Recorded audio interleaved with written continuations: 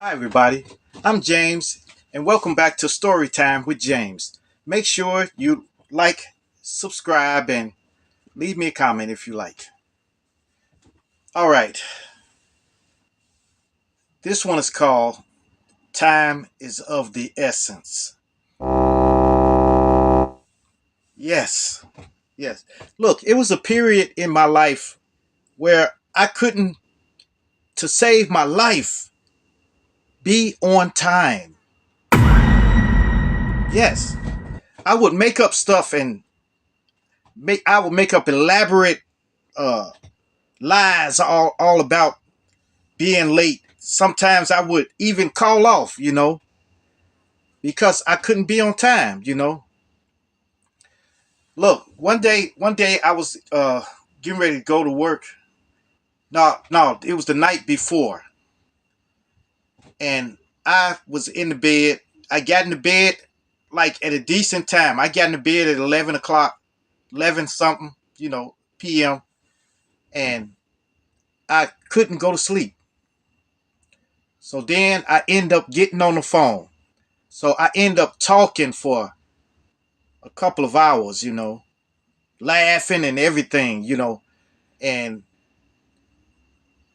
that morning, I had to be to work at 9 o'clock, okay? 9 a.m. Why did I wake up at 8:55, So I was jumped up and putting up, trying to throw clothes on and everything, and I was late. But they didn't care about that. They didn't care about that. They let that one go. So the next day, once again, I had a problem going to sleep. I couldn't go to sleep. So all of a sudden, that next morning, I woke up again. I had like 6 minutes to get my clothes together, get lunch and everything together, and then go to work. I was late. The inevitable was going to happen anyway because I was going to be late. So this time I called in. I told him, I said, "Hey, I'm running a little late. I'm on my way. I'm like 10 minutes away." I thought I was pretending like I was on my way, but I wasn't even dressed at the time when I called. So I jumped up and trying to get dressed and everything. You always leave something. Always leave something. So I left my wallet. So I was driving and I was bawling too. Then I slowed down. I said, "Oh my God, I left my wallet." My debit card was in there, the license, everything was in there. So I had to turn around, go back, get everything. And see, I had already told them that I was going to be late, that I was like 10 minutes away from them. But now I was like 20 minutes away. So I came to work and I tried to get working quick. And he came, my supervisor came to me and said, "Hey, James, why you keep being late, man? What's wrong?" I said, "Oh no, it's just I was just running late today. You know, I had to go back and get my wallet and stuff. I made up some cock and bull story, but I did have to go back and get my wallet. But I was late anyway, so he let that go. He let it go. Then after that, the next day I was late. The next day I was late. I was late for 2 weeks straight. But I thought I was getting away with it, but they was writing everything down. Writing what time I got there, what time I got there, what time I got there. So then after like about a month of this, they called me in the office and said, "Hey, James, look, we really like you. We really like you. And look, when you excellent worker when you show up, okay? When you show up." So I was like, they say, "Look, I'm gonna cut you some slack on this one right here, okay? Now, I'm giving you a verbal warning, okay? A verbal warning. Don't be late, okay? And he was looking dead at me like that, and I was like, I'm not gonna be late. You know, that it was just some circumstances. Look, don't be late, okay? Tell me something why the next day I was late again. I couldn't help it. I don't know what was wrong, but I could not help it. And my job was nothing but 15 minutes away from me. And I couldn't even make it in time, you know. So this next time I was late, now it's a write-up now. And they've been instructed to write me up too. Because management had told them to write me up. So the supervisors had to do it or they would get write up. So they came to me and said, "Hey, James." I said, "Yeah, what's up, what's up, what's up?" He said, "Come here for a second." And I was thinking on the way going to the office. I said, "Oh man, here we go." They said, "Look, you were late again, all right? Hey, my hands are tied on this one. I got to write you up. So here, you know, wrote everything up." He said, "Hey, next time you're late, that see this write up is gonna stay in your files, okay? If you're late again, man, it's gonna be suspension. It's gonna be suspension there. You're gonna get suspended if you get wrote up again, all right?" And I said, "Oh, okay, okay, okay." He said, "Please be on time. If you're not gonna be, if something happened, just let us know or something like that. Don't let us know at the last minute." So I said, "Okay, okay, okay," because we got a job to run here. You know, this is a factory, and look, we need you on the line, okay?" I said, "Okay, okay, okay. Yes, I'll be there." The next day, the very next day, I woke up and I was stretching and stuff. Oh man! And then it dawned on me, dude, you got to go to work today. And I looked over at the clock. 10 minutes to go. 10 minutes to be at work. I'm supposed to be there, ready to go on the line. So I said, "Man, oh my God, man, I can't believe this." So, but fortunately for me, that day, I got a pass that day because my supervisor wasn't there. He had a supervisor filling in for him. And oh my goodness, man, I made it through. I made it there. And I said, "Oh, I thought I was supposed to be here this time." They said, "No, no, okay, okay, go ahead, get on your line, get on your line." And I got on there and I put in work too, boy. So I was happy, but the next day, once again, I woke up. I was running late. I had 10 minutes to go. Matter of fact, 8 minutes to get there. I was balling trying to get to work, but I made it. I made it in time. I made it in time without a minute to spare. Without a minute to spare. But it's a lot of stuff I left. I left my IDs at the house. I left some keys that I needed to get to certain things at the job. So I told them I left the key, and they was mad about it, you know. But you know, so after that day, I was wore out. Okay, I got home and I said, "This time I'm gonna take a shower now and get ready for bed." You know, I got in the bed. Tell me why my phone rang at like 12 something at night. You know, my phone rang and I answered. I said, "Hello." "Hey man, what's up? What's up? What you doing?" I said, "Look, I got to go to work in the morning. I can't be late. All right." That's it, man. I hung the phone up. Then I laid down and couldn't go to sleep. Couldn't go to sleep again. So finally, I went to sleep at like clock 30 in the morning, maybe 3 or 4. I had to be up at 9. So I went to sleep, woke up late again. This time, it was no minutes. It was like 2 minutes to go, 2 minutes to 9. Okay? 2-9. So it was no way I can make it. So I had to call in.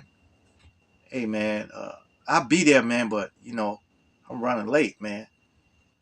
They said, all right, come on, come on. So I get there, and they didn't say nothing to me. I was working, went to work, did everything, did all my shipping labels and everything like that. But right before it was time to get off, they say, hey, come here, James. I came and said, yeah. They said, look, didn't they tell you not to be late again? I said, I know, but I couldn't help it today because I had to, I made up something, They said, well, okay, forget that. They wrote me up, and then they said, I'm suspended for 3 days. So now I got to miss 3 days of pay, plus being docked for being late, So I sat around the house. Then they told me to come back on the 3rd day. That 3rd day, I had been laying around the house so much that it happened again. I was obsessed with being late, This is going on 3 months, So I got in there, and I was mad at everybody, mad at everybody. I felt as if it was their fault that I was being late all the time and stuff like that. I don't know what my mind was at, but well, they had to let me go. They finally let me go. And I went home. I felt so low. I felt low. I had to drive home. And I was driving slow, drive home, got home, put all my stuff down, and why the next morning I woke up in ahead of time. I don't know what it was, man, but when I realized that I didn't have to go to work, I sat there and I took time to reflect on what is the cause of all of this. And the cause was me. Me. It's my fault. I didn't get up. It's nobody else's fault but my fault. I had to take accountability for my own actions, all right? So I that's what I said to myself. I said that to myself, and I said, look, you got to be on time. Time is of the essence, okay?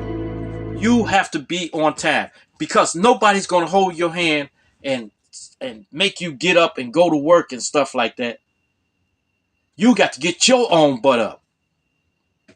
So I was saying it to myself, and I sat there and I thought about it and I beat myself up about it, So then I went for another job. I had an interview, but I made it on time for the interview, and I got the job. Well, they told me at the job that I had just lost, that they wasn't going to put it on my application, that on my record that I got fired.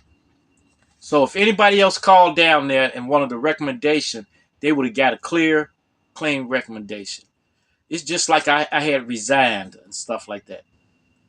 So after that, after I get this new job,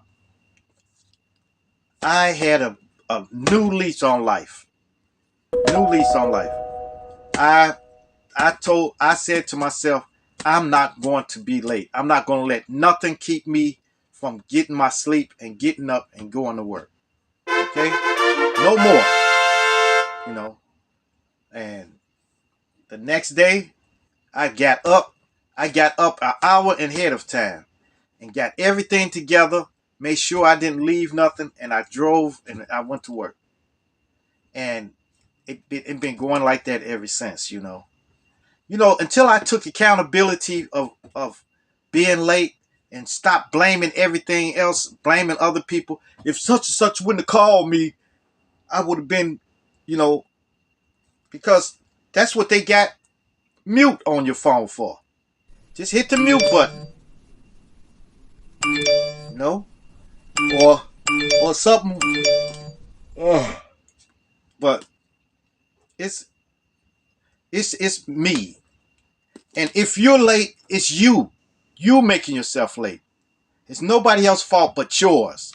All right. So get your butt up, get your butt in gear, and get your butt up and go to work and make some money. Because man, if you keep being late, you keep being late, and they keep docking you, and then after you be late so many times, they expecting you to be late, so they start checking for you, checking. That ain't a good feeling, man. It ain't a good feeling. And see, look, you can't help unforeseen stuff that happens to you and then make you late. But don't make up these lies and stuff and try to make lies up. Tell them, oh man, when I was getting ready to come, man, a police pulled me over and stuff like that. They say, okay, let me see your ticket. Oh man, I happen to have lost the ticket, or my car broke down. When you do that, it happened for real. It happened for real. You may get away with it a couple of times, but sooner or later it's gonna happen for real. Then what you gonna do? You just told them that your grandmother was real sick and stuff like that, and your grandmama died. Then you gonna come back and say your grandma was sick. You know, they say I thought your grandmama died. You say, oh well, she had died. Yeah, she died, but they brought her back to life, and now she's sick again. Don't lie like that. Don't lie. Just face the fact. If you're gonna be late, call in. Tell them that, look, I'm running a little late. I will be there at such and such time. And try not to be late again. Okay. I had to learn a valuable lesson. I had to learn work ethic,